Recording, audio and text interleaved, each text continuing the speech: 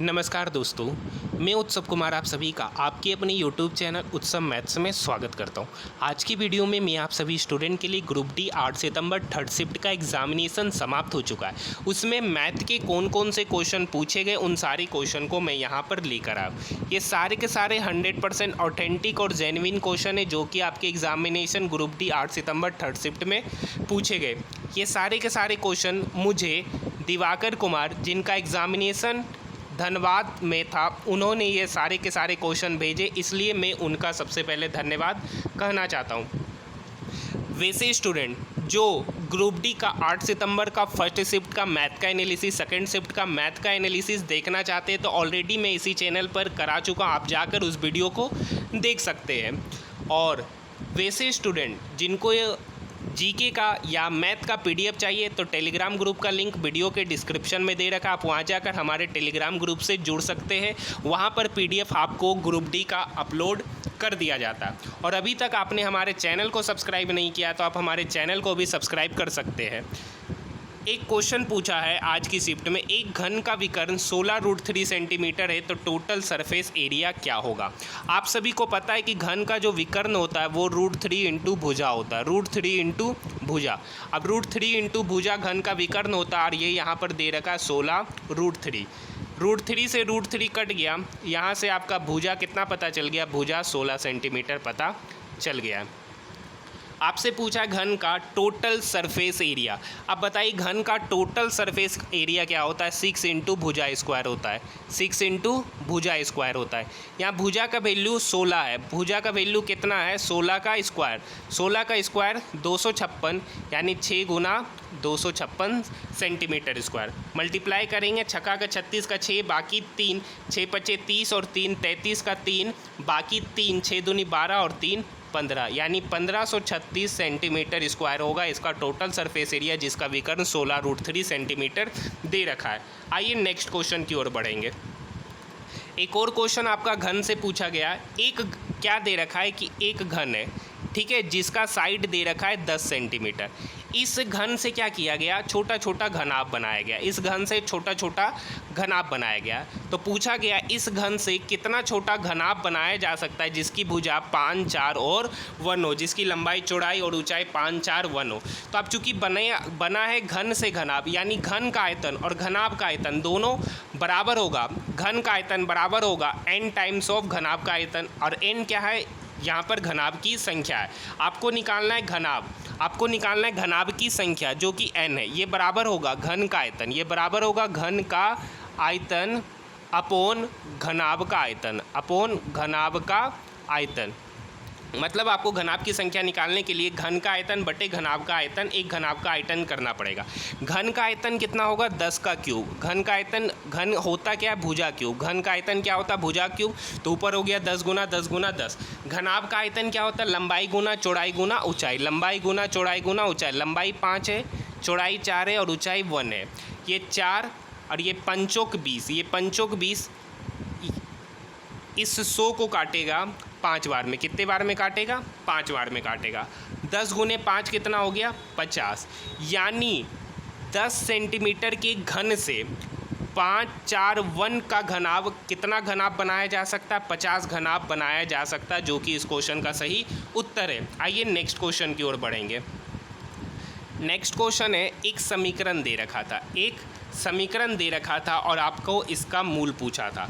तो हम लोग द्विघात समीकरण का फॉर्मूला लगा देंगे, -b plus minus square root under b square minus 4ac upon 2a होता है बस यहाँ पे पुट कर देंगे -b, माइनस ऑफ माइनस तो 5 हो जाएगा, plus minus square root under -5 का स्क्वायर यानी 5 ही स्क्वायर हो जाएगा जो कि 25 हो जाएगा, माइनस माइनस प्लस हो जाएगा और चौकदा दूनी 28 दूनी 56 हो जाएगा, whole divided by 2 into A का वैल्यू यहाँ पर 1 ही है, 5 plus minus square root under 25 plus 56, 6 5 11, 5 2 7 1 8, 81/2।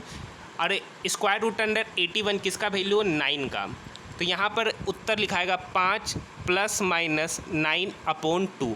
एक बार 5 के साथ 9 जोड़ेंगे अपॉन 2, एक बार 5 के साथ 9 घटाएंगे अपॉन 2। तो 5 plus 9 14 divided by 2, 5 minus 9 minus 4 divided by 2, यानी 14 डिवाइडेड बाई 2 7 हो जाएगा।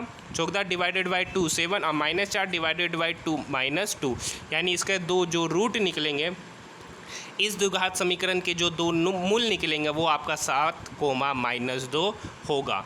आप इसको यहाँ से ब्रेक भी कर सकते हैं, आप इसको यहाँ से ब्रेक भी कर सकते हैं। X square minus 7x plus 2x minus 14 equal to 0। यहाँ से x कॉमन लेंगे तो अंदर आएगा x माइनस 7, यहाँ से 2 कॉमन लेंगे तो अंदर आएगा x माइनस 7। यहाँ से भी जो x का दो वैल्यू निकल के आएगा वो आपका माइनस 2 कोमा 7 ही निकल के आएगा। आइए नेक्स्ट क्वेश्चन की ओर बढ़ते हैं। एक क्वेश्चन पूछा जो कि अच्छा क्वेश्चन है और बेहद ही आसान क्वेश्चन है। क्या क्वेश्चन था, यहाँ पर जैसे मेन और वुमेन या किसी बच्चे के बारे में डाला जाता है, तो यहाँ पर क्या कर दिया, 12 अकुशल व्यक्ति और 14 कुशल व्यक्ति किसी काम को 9 दिन में करते। एक कुशल व्यक्ति की क्षमता 2 अकुशल व्यक्ति के बराबर है, तो 12 कुशल व्यक्ति उस काम को कितने दिन में करेगा। यहाँ पे कहा गया है कि एक कुशल व्यक्ति की जो क्षमता है वो 2 अकुशल व्यक्ति की क्षमता के बराबर है, यानी कुशल व्यक्ति की क्षमता 2 हो गया और अकुशल व्यक्ति की क्षमता 1 हो गया। अब यहाँ पर एक बात कहा गया कि 12 अकुशल व्यक्ति प्लस 14 कुशल व्यक्ति किसी काम को कितने दिन में करता है, 9 दिन में करता है। कितने दिन में करता है, 9 दिन में। तो यहाँ कुशल व्यक्ति की क्षमता 2 है, तो यहाँ पे 14 गुना 2 हो जाएगा, प्लस यहाँ अकुशल व्यक्ति की क्षमता 1 है तो 12 गुना 1 हो जाएगा, और इंटू 9। यहाँ से टोटल वर्क निकलेगा तो 14 दूनी 28, 28 प्लस 12 तो 28 दू 30 और 30 प्लस 10 कितना हो गया, 40, और इसके साथ मल्टीप्लाई 9, तो 40 गुना 9 हो गया 360। 40 गुना 9 हो गया 360। यहाँ से टोटल काम पता चल गया 360। आपसे पूछा 12 कुशल व्यक्ति इस काम को कितने दिन में करेगा। 12 कुशल व्यक्ति, एक कुशल व्यक्ति की क्षमता 2, तो 12 कुशल व्यक्ति की क्षमता कितना हो जाएगा, 24। कितना हो जाएगा, 24, यानी टोटल वर्क 360 और 12 कुशल व्यक्ति की क्षमता 24। 360 को 24 से डिवाइड करेंगे तो 12 तिया 36, 30, 12 दूनी 24, ये 30 2 से कटेगा 15 बार में, यानी 12 कुशल व्यक्ति इसी काम को कितना दिन में करेंगे, 15 दिन में करेंगे। बात समझ में आया, ये कितना आसान क्वेश्चन है। नेक्स्ट क्वेश्चन, एक क्वेश्चन आपका पूछा गया है, sine square 54 degree plus sine square 37 degree. Question पहले लिख देते, एग्जैक्ट फॉर्मेट क्या था, sine square 54 degree plus sine square 36 degree whole divided by ten square 40 degree minus cosec square 50 degree. Cosec square 50 degree जो कि यहाँ पे बटा के रूप में लिखा गया है। इसको नेक्स्ट स्टेप में लिखेंगे, साइन स्क्वायर 54 को रहने देते, साइन स्क्वायर 54 डिग्री को रहने देते। साइन स्क्वायर 36 को लिख सकते हैं, sine square 90 minus 36 sorry 90 minus 54 degree whole divided by, नीचे टेन स्क्वायर को लिख सकते हैं, टेन स्क्वायर 90 माइनस 50, क्योंकि 90 में से 50 चला जाएगा तो 40, टेन स्क्वायर 40 ही है, माइनस इसको रहने देते उसी रूप में, कोसेक स्क्वायर 50 डिग्री। अब यहाँ समझिए ये साइन स्क्वायर 54 डिग्री है। अब बताइए साइन 90 डिग्री माइनस थीटा क्या होता है, कोस थीटा। तो ऊपर में क्या हो जाएगा, साइन स्क्वायर 90 माइनस 54 क्या हो जाएगा, कोस स्क्वायर 54। तो ऊपर हो गया sign square 54 plus cos square 54 जो कि 1 होगा। यहाँ पर बात करेंगे ten square 90 degree minus theta. बताइए टेन 90 डिग्री माइनस थीटा क्या होता है, कोट थीटा। तो ten square 90 degree minus theta क्या होगा, कोट स्क्वायर थीटा। और यहाँ थीटा की जगह पर 50 डिग्री है तो यहाँ हो जाएगा कोट स्क्वायर 50 डिग्री और इधर है कोसेक स्क्वायर 50 डिग्री। तो आइए इसको पुट कर देते हैं, sine square 54 degree plus cos square 54 degree whole divided by, इधर हो गया cot square 50 degree minus cosec square 50 degree. अब बताइए sine square theta plus cos square theta क्या होता है, 1। Cot square theta minus cosec square theta क्या होता है, 1। यहाँ पे बस थीटा की जगह 50 है, यहाँ थीटा की जगह 54 है। फॉर्मूला तो वही है, sine square theta plus cos square theta 1, और नीचे फॉर्मेट है coat square theta minus cosec square theta का, जो कि हो गया 1/1, यानी कितना निकल के आया, 1, जो कि इस क्वेश्चन का सही उत्तर है। आप इसको डाटा, मैं आपको आज सुबह भी बोल दिया हूँ कि पिछले 3 दिन 4 दिन से ट्रिगोनोमेट्री में आप थीटा की जगह ना देकर थीटा का कुछ वैल्यू के साथ क्वेश्चन को सॉल्व करने के लिए बोल रहा है। आइए नेक्स्ट क्वेश्चन की ओर बढ़ते हैं। नेक्स्ट क्वेश्चन बेहद ही आसान क्वेश्चन। दो संख्या का HCF 24 दे रखा है, मतलब HCF यहाँ पर 24 दे रखा है, LCM 480 दे रखा है। मान लिया कि एक संख्या x है जिसका वैल्यू 96 दे रखा है, तो आपसे दूसरी संख्या y पूछा है। आपको पता है कि पहली संख्या गुने दूसरी संख्या बराबर होता है LCM गुना HCF के, ठीक है। यहाँ पर x आपका 96 दे रखा है, y आपको निकालना है दूसरी संख्या, LCM यहाँ पर आपको 480 दे रखा है और HCF यहाँ आपको 24 दे रखा है।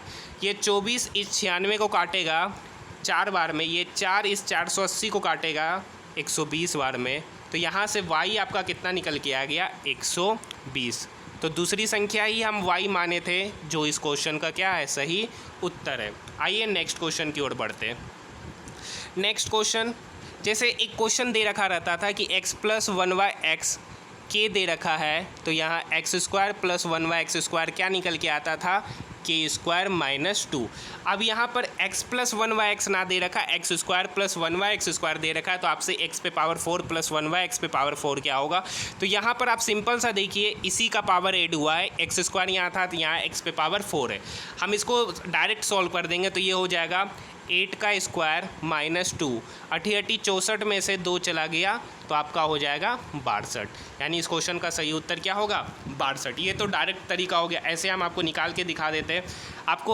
आप इसका होल स्क्वायर कर दीजिए, दोनों तरफ हम क्या करते हैं स्क्वायर करते हैं, तो स्क्वायर करेंगे तो इधर हो गया x पे पावर 4 a + b का होल स्क्वायर, यानी a² + b² + 2 × a × b x² 1y(x²) cut जाएगा, इधर हो गया 8 64। आपको निकालना है x पे पावर 4 + 1y x पे पावर 4, ये +2 इक्वल के उधर चला जाएगा तो -2 हो जाएगा, 64 - 2 62। इसीलिए हम डायरेक्ट क्या किए थे, इसका स्क्वायर में से 2 क्या कर दिए थे, हम घटा दिए थे।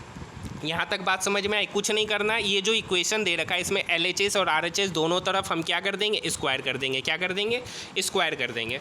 यहाँ तक बात समझ में आई। नेक्स्ट क्वेश्चन की ओर हम लोग बढ़ते हैं।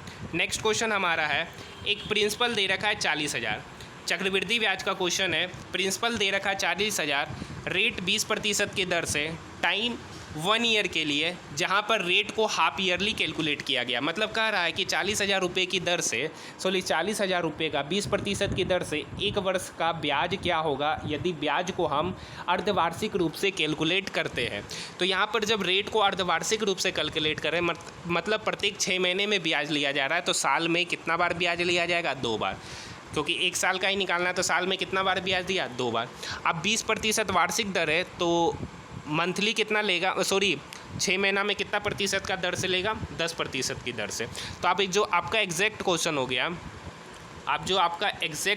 हो गया, है कि 40,000 रुपये